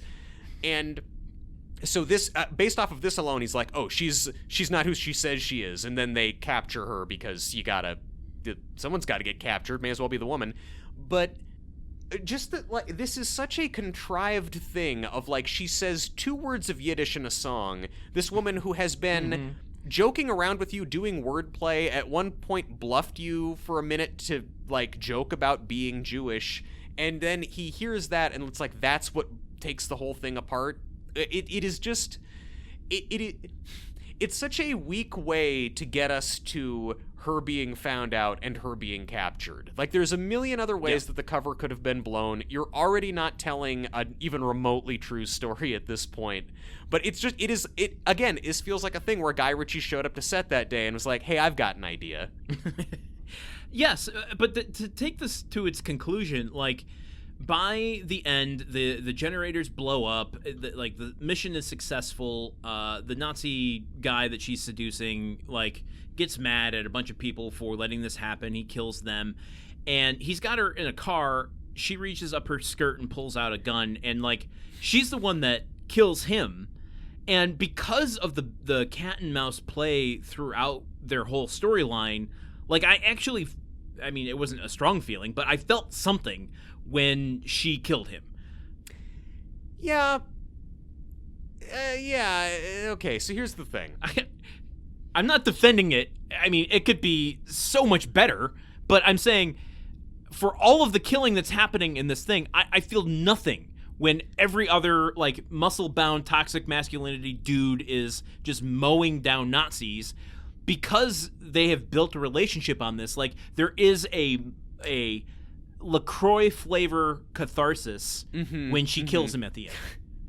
Yeah, I guess, it is, you've been starving for any kind of emotional stakes for this entire movie, so you get a crumb of feeling and relationship between her and this person, and it suddenly feels like a feast. That, to me, just points out another issue, because she, after her big song and dance, he has his guards capture her. She is, upstairs in his torture chamber, or he's lured her into his torture chamber, and he has one guard there with him and is we know you're not who you say you are. Here, shackle her, he says to the guard. And then it's he's going to start torturing, but then he hears an explosion outside because the raid has started, and he tells his guard lock her up, and then he leaves and he goes out to supervise the guards trying to deal with the boat situation. And then, so, she's left alone with one guard. Then later, the guards have brought her in a car up onto the pier where all these other Nazi guards are around. And that's when she reaches up her skirt, pulls out a tiny pistol, shoots the guy in the head. If she had a gun the entire time, the Nazis didn't search her. Oh, okay, well, that's an OPSEC failure, Nazis. I don't want to be giving you tips. Whatever. Keep doing that, I guess. But, 2, if she was alone with one guard, she could have used her crotch gun and shot him there and then just escaped, and it would have made sense for the character. You're veering too far into From Dusk Till Dawn Tarantino territory at that point. Wow, that was a tongue twister. Do this tongue twister, Tarantino, Dusk Till Dawn territory. I'm not going to do it, but folks at home, pause the podcast, give it a shot for yourselves. It's just that she chooses not to use the gun that she has to escape at a time that would make sense for her character. She instead uses it so she can shoot the guy in front of a million guards, and the only way that then she isn't immediately killed is that Richard, her partner, jumps out of nowhere with a silenced pistol and mows down all of the Nazis around her and then whisks her away in the car. So it's like, yes, she kills the big bad guy, but also, like, in a way that makes no sense for her character, and in a way that also she shoots one person and then just sits there and lets another person, like, she doesn't then have to, like, try and escape or, like, flee or be crafty or anything. Right. No, because it's the end of the movie, Truman. The third act of this movie really just encapsulates everything. Like, the lads have gotten onto the Nazi boat. They've very violently taken control of the boat. All the Nazis are locked up in, they've been locked inside the nightclub and they realize they can't get out. The lads are sailing the boat away, and then the Nazis are able to get free from the dance hall, and I'm like, okay, great. And the reason they got free was because Henry Cavill spared the life of one Nazi child who then set them free. So I'm thinking, great, okay, now it's going to be a chase. The Nazis get in the boat. The lads are going to have to adapt. No, the boats have been mined already. They already had to adapt, Truman. I think you were forgetting the intricate plot of this movie where they were going to blow up the U-boats and then they couldn't, and so then they had to end up stealing the boat instead. Let's not forget how important that was to the Ally cause. You're right.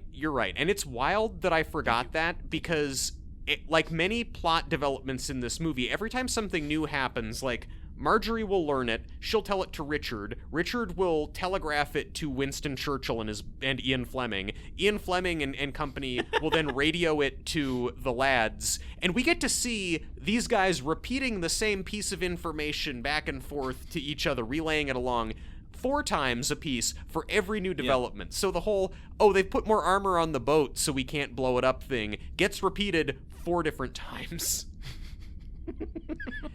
But here, you know what I'm missing from all of that? Not to take it away from Marjorie's story for a second, but what this film, and dare I say, most of Guy Ritchie's films are missing, is like, what does this mean?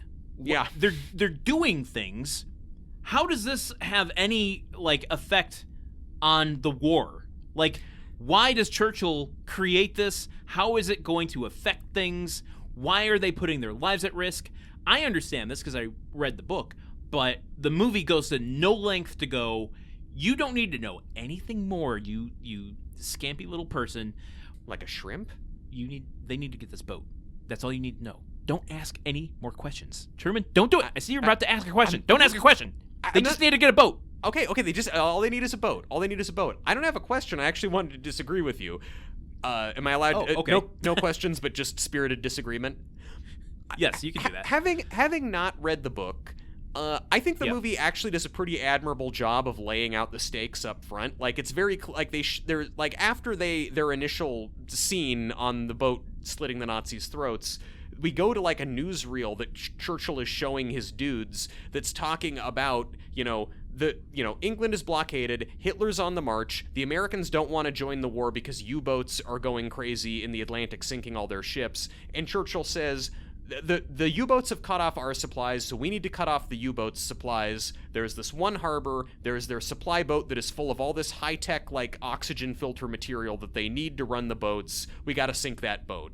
So that, to me, like, I think the movie does a pretty good job of, like, no, this is why it's important, and I get why this matters, and they have cutbacks to Winston Churchill throughout the movie dealing with political pressures at home, and he's got advisors who are saying we need to negotiate a surrender to Hitler because he's gonna come over here any day now. And so I think that the greater significance of what they're doing comes through, and it's established quickly, but efficiently, because it's mainly an action movie. But I think they've done a good job of setting stakes. You just don't care about the people who are cooking the steaks. I guess I just disagree with how they choose to give us that information. Like, sure, there's a minute of it in a newsreel at the forefront of the movie, and then it's Winston Churchill just kind of pacing in a room by himself, talking to advisors over a PA system. Like, let me see what these U-boats are doing. Like, let me see the danger. Let me see how this is actually affecting anything.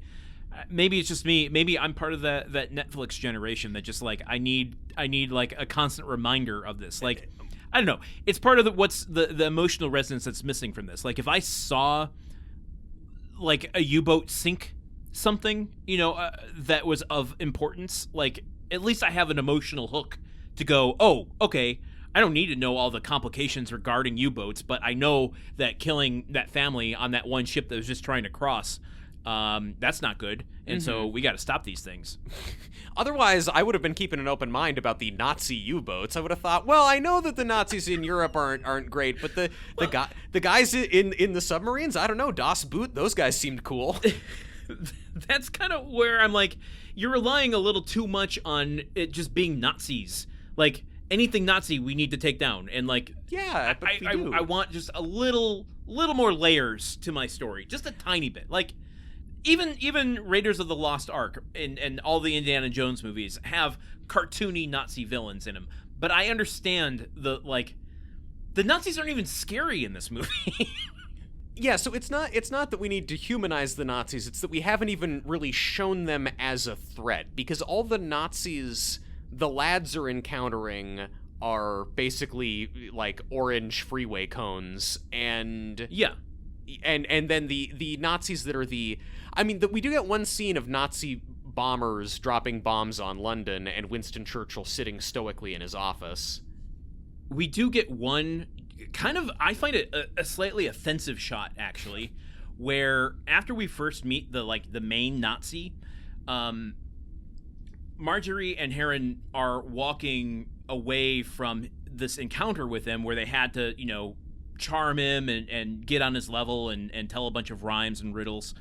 And as they're walking away, they glance into another little bungalow, and there is an African woman strung up naked, actually showing a pretty gruesome moment of real-time war stuff. And I'm like, that's not the movie you're setting out to tell. And there's no Nazis in there. It's just a single image of a woman hung up, dead. It was gross. Yeah, I think it's supposed to establish that, this Nazi commandant is, a psychopath who likes to torture and kill people. But I agree, it's that's the only indicator that the Nazis are at all threatening, is that this one person has been brutalized and tortured by them. I guess we also see, Edward Appleby or whatever his name is, with the clamps on his nipples, but he doesn't seem bothered by that. He seemed to like it. Well, the other guys sure like making jokes about it. Yeah, but no, I take your point. The Nazis, we are told the Nazis are threatening, and we know from historical experience that the Nazis were threatening, but none of the on-screen information in this movie makes them look threatening. Exactly, yeah. We don't need to go to too many lengths of it, but I do think there's just okay, we can talk about the problematic nature of it, which, who's really interested in doing that? To me, it's more like, it's just laziness. You're not setting up, any compelling obstacles for our protagonists to have to go through in order to, and you have a layup. It's just Nazis. All you have to do is just show them doing 10% of the evil shit that they did, and automatically I'm on the side of the protagonists. It is sort of amazingly lazy in so many regards, because in other regards, they put so much effort into this movie. Like, they found this port in Turkey. They built a whole damn town on this pier, and they built, the whole Nazi camp and this concrete tower that they blow up, that they actually exploded for the earlier raid scene. They put all this money into putting this stuff out there, but then they didn't invest anything on a script level in making it interesting and making us care about the characters who are interacting with these expensive sets. Okay, I'm going to talk this through. I'm going to need you to correct me because my brain is telling me something that I don't want to be true. Mm-hmm. What is your heart telling you? Do we ever actually see the Nazis do anything bad in this movie? There's a Nazi that offers to help Marjorie carry her bag. Yeah. Which is a gentlemanly thing. Yeah. I mean, we can whatever about that, but the worst thing we see, the only killing we see a Nazi do is to kill 2 other Nazis because they stand up to him.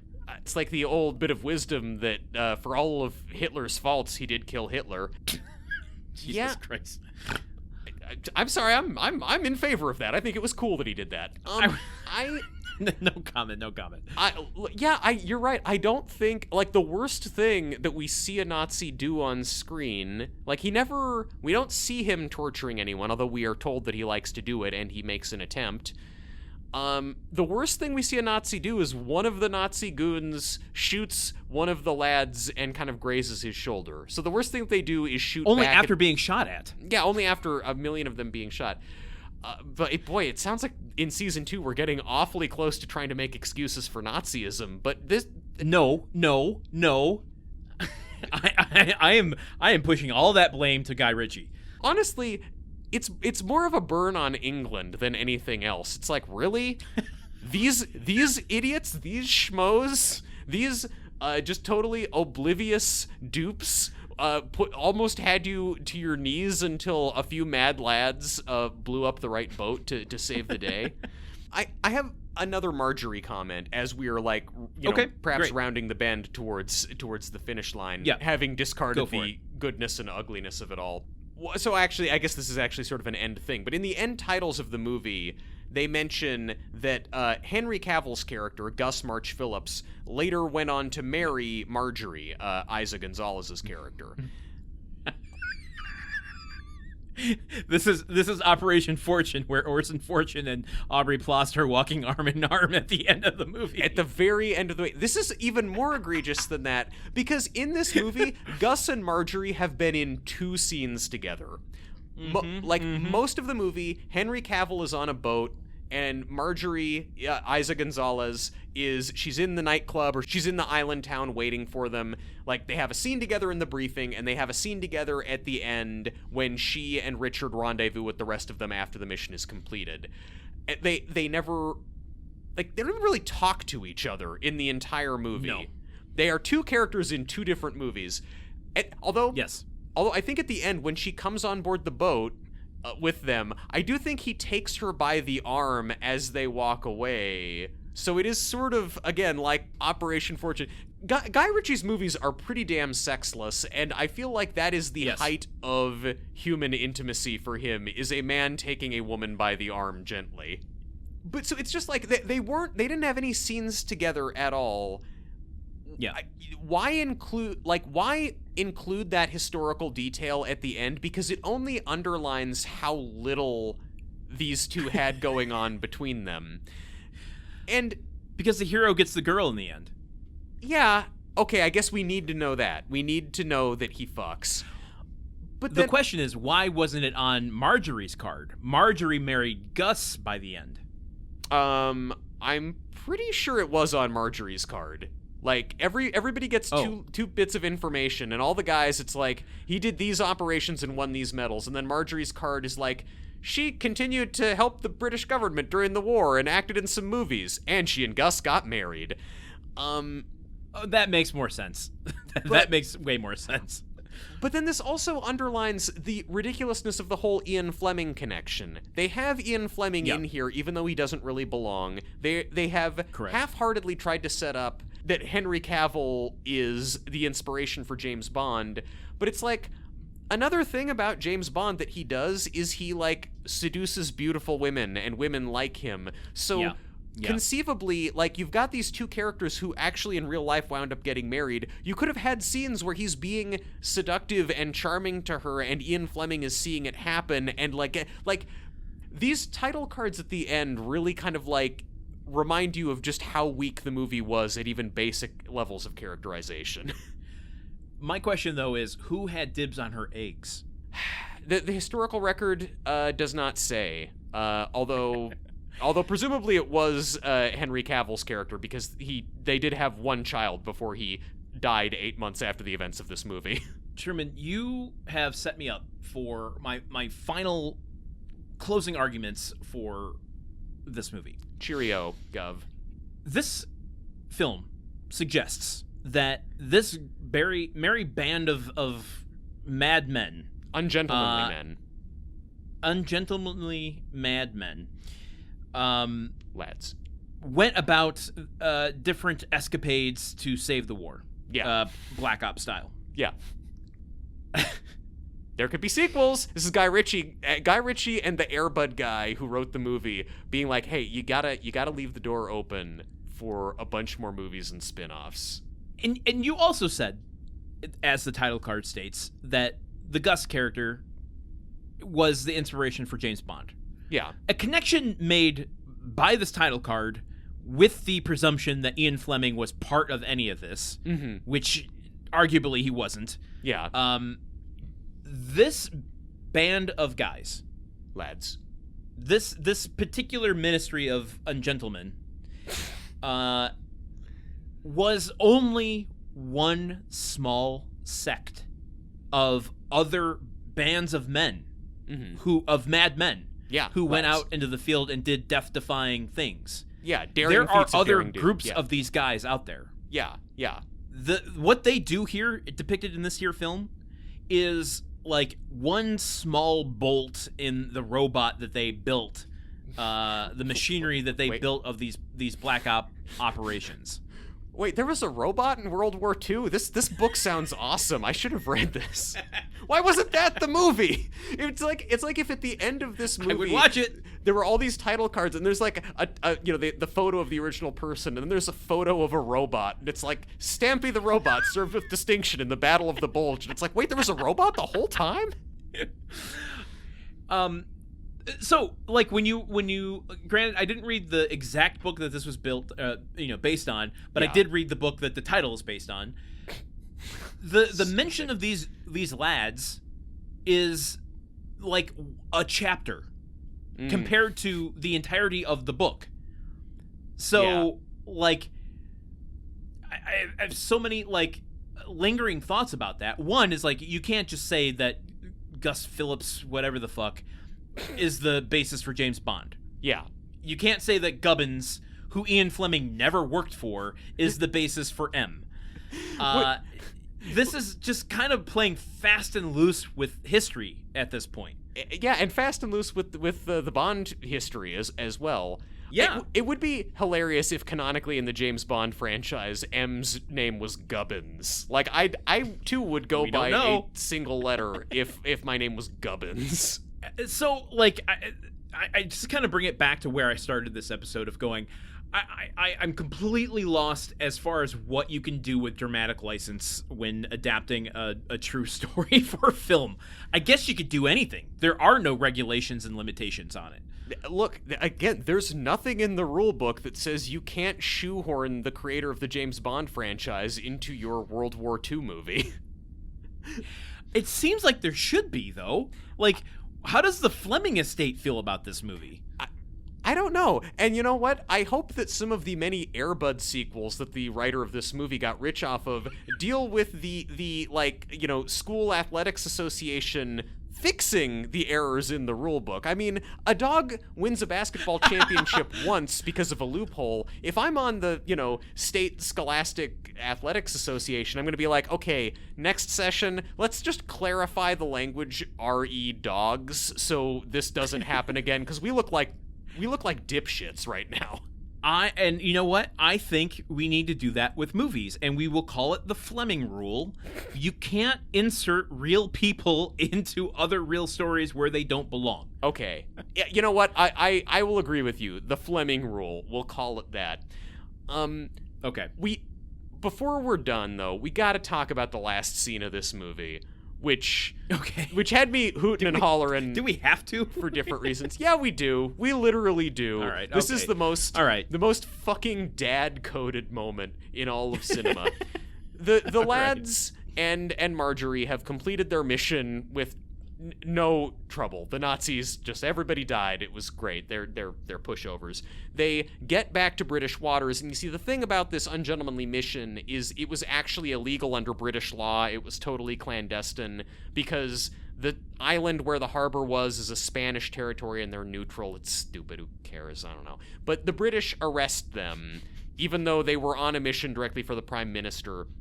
They get arrested. They're taken to a military prison. We flash forward to 4 weeks later, where all of the lads and Marjorie, who for some reason is in a men's prison, I don't know, they're all in their prison outfits. They get led into this one room, and they're standing there, and then we hear from down the hall the sound of a cane clacking against the floor, and they're all kind of looking at each other. And now, throughout the movie, we've seen Winston Churchill, Prime Minister of England, many times in different outfits. At one point, he's in his pajamas because it's at night, and he's in his home office. And there's another time he's wearing, like, you know, a suit with a bow tie or whatever, like a tan suit.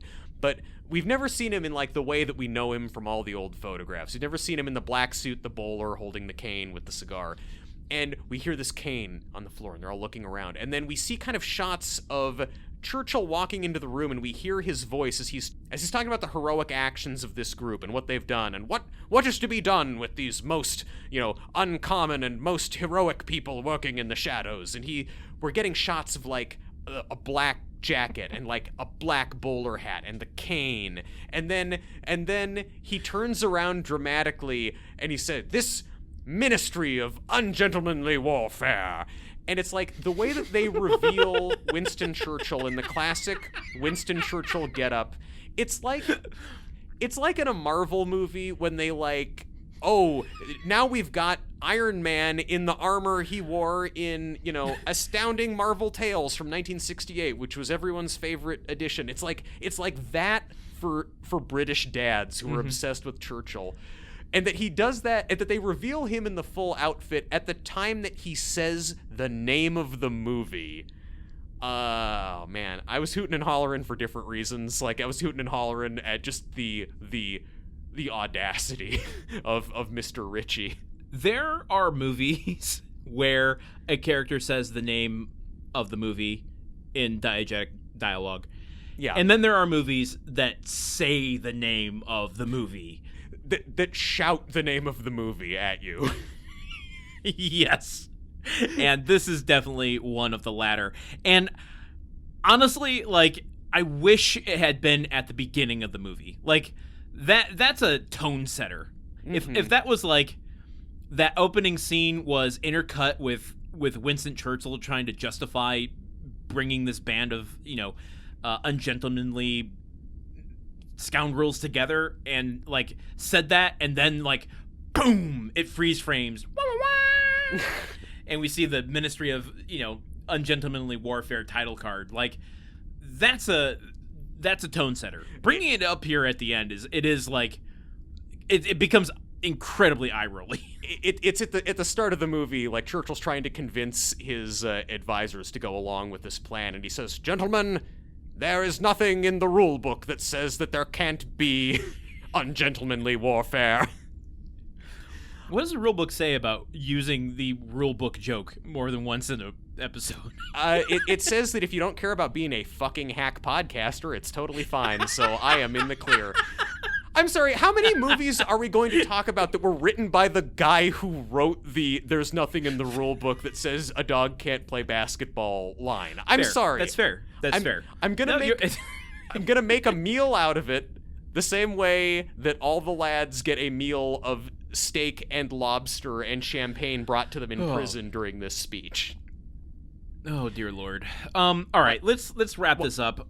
One other point, and then we'll wrap this up. Okay.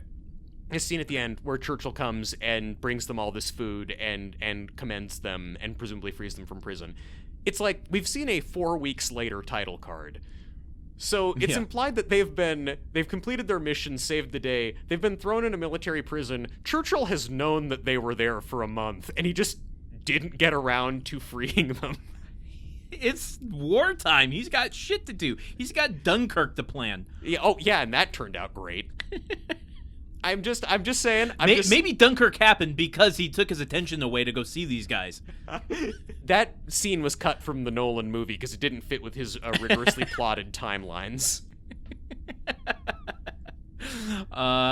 Yeah, Churchill just needed to do a Tenet in order to get out of that one. That's a deep cut Christopher Nolan joke. Yeah, that's great. Hey, you know what? And my boycott on that movie continues. So I don't know why it's funny, but I respect you being out there. Should we send this back to modern memory or leave it forgotten, floating in the waters of World War II? I think we leave it forgotten, much like audiences did. Any specific reason? Do you want to summarize your thoughts? I mean, you know, it's kind of been going on for a minute here, but yeah, it's there is.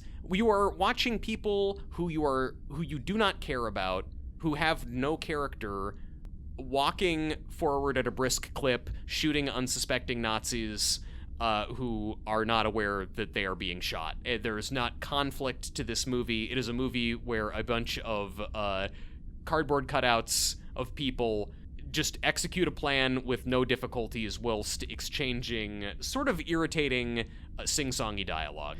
And Yes. And you want to remember the movie, I'm guessing, though. I want to reiterate, like, whatever. I'm not gonna. I have no feelings about this movie. I'm not gonna remember this movie. Sure. I don't think we should remember this movie. I'm not mad at this movie. No. I'm perplexed by this movie. Yeah. Leave it forgotten for sure. You know, I think there's an interesting story to be told here. This is, you know, not really the way I would prefer to see it, but who the fuck am I? Yeah. I feel weird that we're basically creating pulp characters out of real people, especially when that story hasn't been told before. But what it comes down to for me, the experience of watching this movie really made me feel a specific feeling. Yeah. Which is going over to a friend's house when you were a kid. Oh, boy. And them wanting to show you their new video game. And you sitting on the couch behind them, sitting cross-legged 2 feet from the TV, watching them play a video game that they'll never let you play. Yeah. And I'm just sitting there kind of bored, kind of frustrated, kind of feeling taken advantage of, and wishing I was doing any other thing than what I was doing in that moment. That's what this movie kind of made me feel like, is reliving those kind of semi-traumatic childhood moments. You're sitting there, you're bored, and you're wondering, why does it matter to this person that I am paying attention to this? Like, what does it say about this person that they need to subject me to this? Like, they're enjoying this. Why do I have to see it? I think that is the unified theory of Guy Ritchie. Well, the reason we have to see it is because it's made close to $250 million for the studios across 15 movies. Which Greta Gerwig has done, plus an extra billion on top of it. Let's wrap this up. I guess if you don't have anything else, let's see everyone next week. I'm gonna just keep talking so you don't have. I just want to see Greta Gerwig's Lock, Stock, and Two Smoking Barrels. That's all I'm gonna say. I just want the girls can do it too, y'all. All right, everyone. Until next week, for Truman Caps, I have been Landen Solano. And for Landen Solano, I've been Truman Caps. Keep calm and keep listening to our podcast. Whoa! Movie Memory Machine is part of the Gruntwork Podcast Network. Join our Patreon at patreon.com/gruntworkpod to keep the machine running. Theme song by Porky's Groove Machine. Rate us on Apple Podcasts or wherever you listen. For more information on today's show, visit MovieMemoryMachine.com.